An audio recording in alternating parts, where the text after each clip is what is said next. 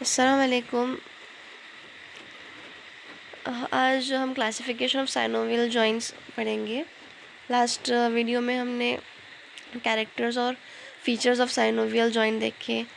उसकी synovial fluid देखा हमने, साइनोवियल मेम्ब्रेन स्टडी किया, देन विस्कोसिटी क्यों होती है साइनोवियल फ्लूइड की वो देखे अभी। So today will be heading towards the classification of synovial joints. So, in that first is plain synovial joint। Way synovial joint के जैसे जैसे हम सब टाइप्स पढ़ते जाएंगे ना, उसके आर्टिकुलर सरफेसेस मतलब बोन की वो सरफेसेस जो जॉइंट फॉर्मेशन में पार्टिसिपेट करते हैं, okay, which takes part in joint formation. Okay, so हर एक जॉइंट का अलग अलग आर्टिकुलर सरफेस होगा, कोई कॉनकेव होगा, कोई फ्लैट होगा, कोई सॉकेट बना रहा होगा। Will study that.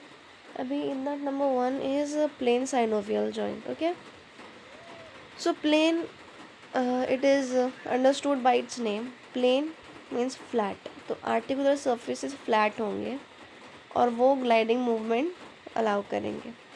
एग्जांपल्स कैसे हैं, ये जो यहाँ पे दिखाई हूँ ना, ऐसे और ऐसे ग्लाइडिंग मूवमेंट प्रोवाइड करेंगे क्योंकि आर्टिकुलर सरफेसेस कैसे हैं, मोर और लेस फ्लैट।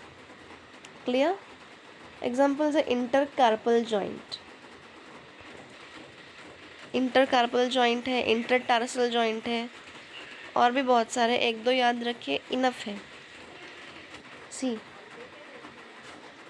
ये सारे जो है वो कार्पल बोन्स है, स्कैफॉइड, लूनेट, पिसिफॉर्म, ये सारे कार्पल की बोन्स हैं, ये मेटाकार्पल्स हैं। सो इंटरकार्पल जॉइंट्स, अभी हर कार्पल के बीच में देखो, ये देखो, हर कार्पल के बीच में प्लेन साइनोवियल जॉइंट है। ठीक है, आर्टिकुलर सरफेसेस कैसे हैं, क्या कोई कॉन्केविटी है, क्या कोई सॉकेट है, नहीं, प्लेन है। ठीक है, तो ये है प्लेन साइनोवियल जॉइंट का example, intercarpal joint. Okay, so second है हिंज जॉइंट। अभी इसमें आर्टिकुलर सरफेसेस कैसे होते हैं, अभी इसमें आर्टिकुलर सरफेसेस पुली शेप्ड होंगे और जो कैप्सूल होगी, जो जॉइंट कैविटी होगी, उसके आजू बाजू में कोलैटरल लिगामेंट्स होंगे। अभी कोलैटरल लिगामेंट्स क्यों चाहिए, एक्स्ट्रा स्टेबिलिटी प्रोवाइड करने के लिए स्ट्रॉन्ग कोलैटरल लिगामेंट्स अटैच्ड होते हैं। अभी movements are permitted in one plane around a transverse axis. अभी एल्बो जॉइंट है, एंकल जॉइंट है, इंटरफेरेंजियल जॉइंट, ये जॉइंट है examples of hinge joint. Okay, इसमें आर्टिकुलर सरफेसेस कैसे, पुली शेप्ड। ठीक है, अभी नेक्स्ट है पिवट जॉइंट। इसमें articular surfaces comprise a central bony pivot और peg surrounded by an osteoligamentous ring. Movements are permitted in one plane around vertical axis.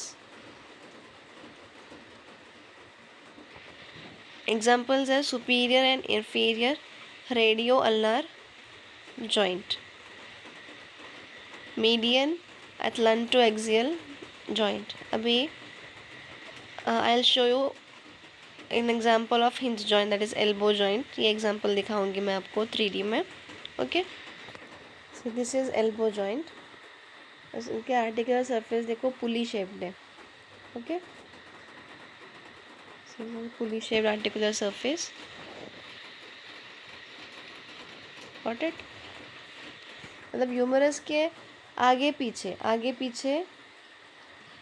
Humerus humerus के आगे movement हो रहा है और पीछे हो रहा है. ठीक है, ट्रांसवर्स एक्सिस में उसकी मूवमेंट होती है in one plane. Okay, so this is an example of hinge joint. Okay, so next is condylar और bicondylar joint, one and the same thing. Condylar और बाइकॉन्डाइलर में don't get confused. So articular surfaces include two distinct condyles, जिसमें convex male surfaces होते हैं. Okay, two distinct condyles fitting into reciprocally concave female surfaces which are also known as condyles, such as in tibia. These joints permit movement mainly in one plane around a transverse axis but partly in another plane. See, अभी इसमें दो surfaces होते हैं, to distinct condyles. एक mail surface, मतलब एक female surface होगा और एक मेल सरफेस होगा. इसमें कैसा होगा, फीमेल सरफेस कॉन्केव है. सी, फीमेल सरफेस, फॉर एग्जांपल ये फीमेल सरफेस है और उसके अंदर ये मेल सरफेस आर्टिकुलेट कर रहा होगा और ये फीमेल सरफेस है. ओके, सो क्या है, articular surface include two distinct condyles, convex male surfaces fitting into reciprocally concave female surface. अभी ये अगर मेल सरफेस है, सी, अगर ये मेल सरफेस है तो फीमेल सरफेस ऐसा नहीं होगा, फीमेल सरफेस ऐसा होगा. Got it? सो ये है कॉन्डाइलर जॉइंट. और एग्जांपल्स है नी जॉइंट. सी, नी जॉइंट. अभी ये कौन सा सरफेस, ये मेल सरफेस है. ओके, फीमर का male surface articulates with tibia and fibula. Tibia, mainly tibia, fibula उसके नीचे है. तो ये हो गया फीमेल और ये हो गया मेल सरफेस. क्लियर?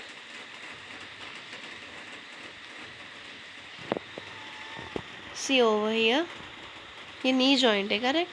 ये है, हो गया उसका मेल सरफेस. और ये तो पैटेला बोन है और ये जो है वो हो गया टिबिया. ओके, तो टिबिया हो गया फीमेल सरफेस जो कि कॉन्केव है. कॉन्केविटी साफ दिख रही है. कॉन्केविटी मतलब क्या, मैं बोल रही हूँ कॉन्केव सरफेस है, कॉन्केव सरफेस है.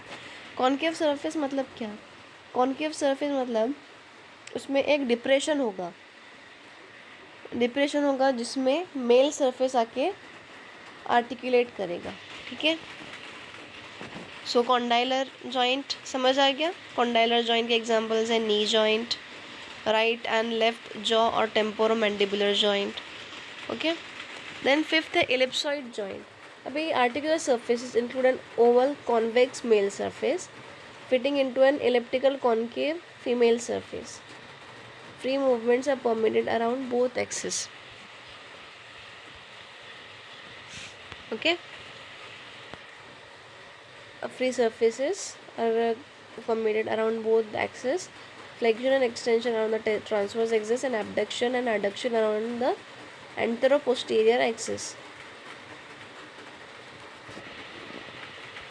See, अब ellipsoid joint जो हमने देखे ना, एग्जाम्पल क्या है, एग्जाम्पल से एक्चुअली बेटर अंडरस्टैंडिंग मिलती है कॉन्सेप्ट की. ओके, सो एंटीरियर एस्पेक्ट देखना है हमें. ठीक है, एंटीरियर एस्पेक्ट अगर देखें सो ये यहाँ पे होगा रिस्ट जॉइंट. ओके, सो इसके भी दो सरफेसेस हैं, ओवल मेल, करेक्ट.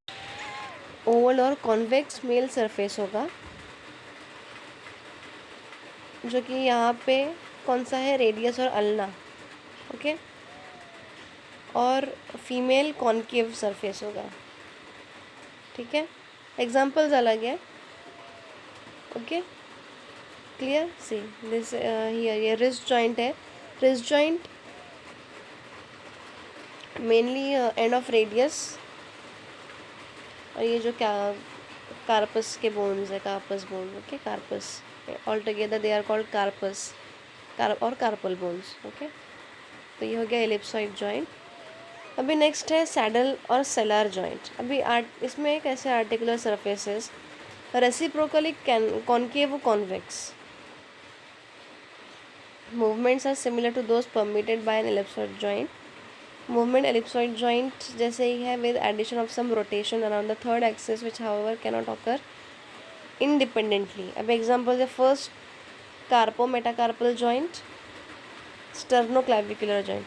अभी सैडल जॉइंट पता है, सैडल सैडल बोलते हैं घोड़े पे जो सीट रखते हैं ना, वो ऐसी कुछ रहती है, ऐसी, ये देखो ऐसे कुछ सीट रहती है, और वैसे घोड़े पे रखी जाती है ताकि ऐसी रहती है ना सैडल, ऐसा कॉनकेव वो कॉन्वेक्स। ठीक है, यहाँ पे बन गया ये कॉन्वेक्स, यहाँ पे कॉनकेव, रेसिप्रोकली कॉनकेव वो कॉन्वेक्स। तो मूवमेंट जो एलिप्सॉइड जॉइंट प्रोवाइड करता है वैसे ही है। और एग्जांपल्स, फीमर और पैटेला के बीच में भी यही जॉइंट है। फर्स्ट कार्पो मेटाकार्पल जॉइंट में भी सैडल, सी हियर,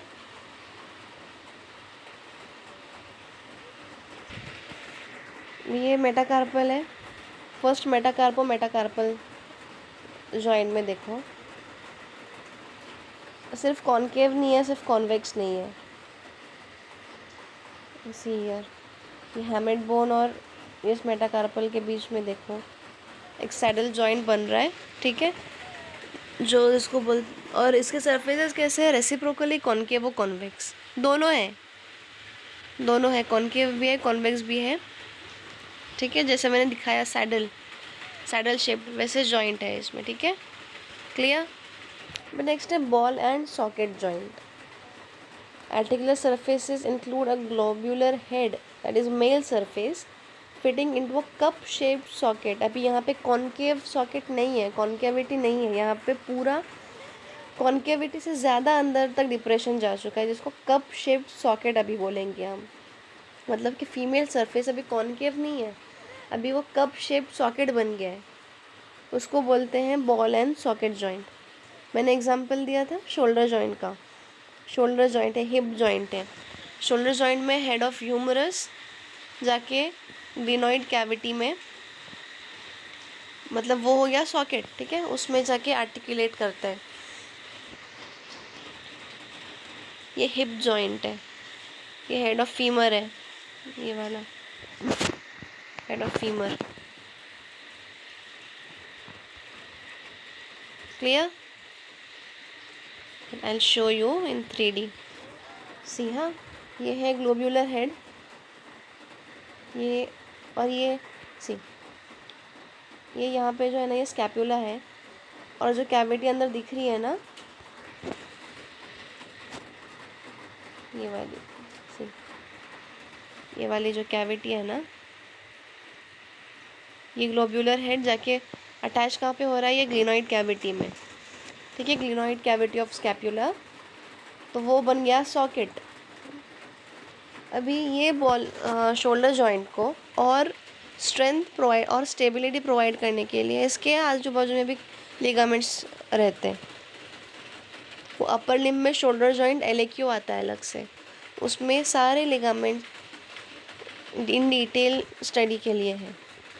ठीक है, अभी के लिए जॉइंट कौन सा है, बॉल एंड सॉकेट जॉइंट। अभी ये head of humerus resembles ball और globular head, and this is the socket.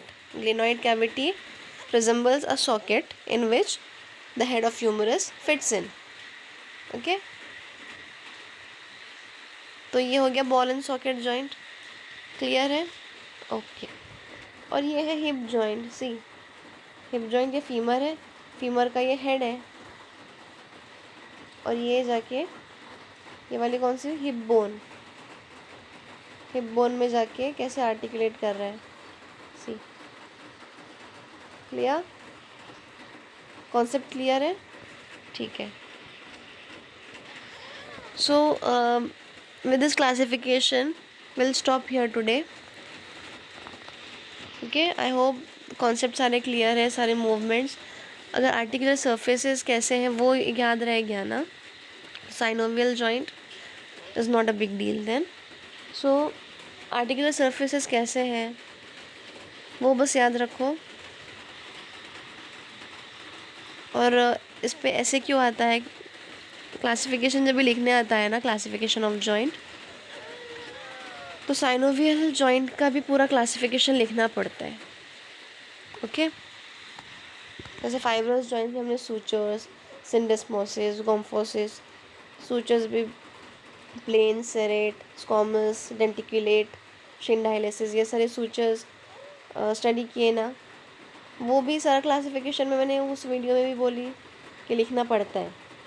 और जब भी साइनोवियल जॉइंट अलग से भी पूछते हैं नोट लिखने उस पर, तो साइनोवियल जॉइंट का और diagram, anatomy is all about diagram.